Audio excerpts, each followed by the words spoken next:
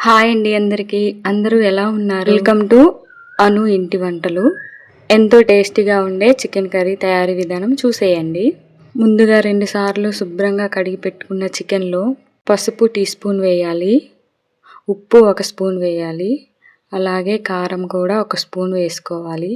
ఇప్పుడు అంతా కలిసే విధంగా 5 నిమిషాల పాటు కలిపిన ఈ చికెన్ మిశ్రమాన్ని 10 నిమిషాల పాటు పక్కన పెట్టుకోవాలి మ్యారినేషన్ కోసం. మీకు గనక టైం ఉంటే ఒక హాఫ్ అన్ అవర్ పాటు పక్కన ఉంచండి. చికెన్ మంచిగా మ్యారినేషన్ అవుతుంది, కర్రీ కూడా టేస్ట్ బాగుంటుంది. చూపిస్తున్న విధంగా 2 ఆనియన్స్, 2 పచ్చిమిర్చి, 2 టమాటా, కొద్దిగా కొత్తిమీర కట్ చేసుకోవాలి. అలాగే అల్లం వెల్లుల్లి పేస్ట్.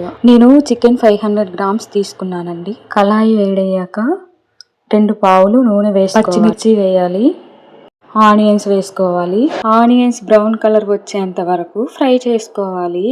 అల్లం వెల్లుల్లి పేస్ట్ వేసి ఒకసారి అంతా కలిసే విధంగా కలుపుకోవాలి. అల్లం పేస్ట్ పచ్చివాసన పోయేంత వరకు వేయించుకోవాలి.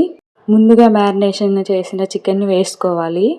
ఒకసారి అంతా కలిసే విధంగా కలుపుకోవాలి. కలిపిన తర్వాత మూత పెట్టి లో టు మీడియం ఫ్లేమ్లో 10 నిమిషాల పాటు ఉడికిస్తే ఇలా ఉడుకుతుంది. టమాటో ముక్కల్ని వేసుకొని ఒకసారి కలుపుకోవాలి. కలిపిన తర్వాత ఒక 5 నిమిషాల పాటు ఉడికించుకోవాలి. 5 నిమిషాల తర్వాత ఇలా ఉడుకుతుంది.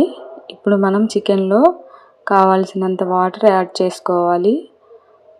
చూపిస్తున్న విధంగా చికెన్ ముక్కలు మునిగేంత వరకు వాటర్ వేసుకోవాలి. ఒకసారి అంతా కలిసే విధంగా కలుపుకొని మూత పెట్టి ఒక 10 నిమిషాల పాటు మీడియం ఫ్లేమ్లో ఉడికించుకోవాలి. మీకు కనుక ఈ వంట నచ్చితే అను ఇంటి వంటలు ఛానల్ని వెంటనే సబ్స్క్రైబ్ చేయండి, సపోర్ట్ చేయండి.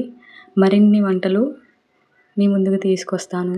ఇలా ఆయిల్ పైకి వచ్చేంత వరకు ఉడికించుకోవాలి. పులుసు చిక్కబడిన తర్వాత చిన్న స్పూను మసాలా పొడి వేసుకోవాలి. అలాగే table spoon garam masala add చేసుకోవాలి.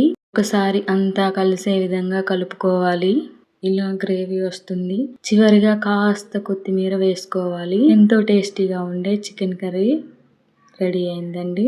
Thank you for watching to everyone. Anu ఇంటి వంటలు ఛానల్ని సబ్స్క్రైబ్ చేయండి ఫ్రెండ్స్.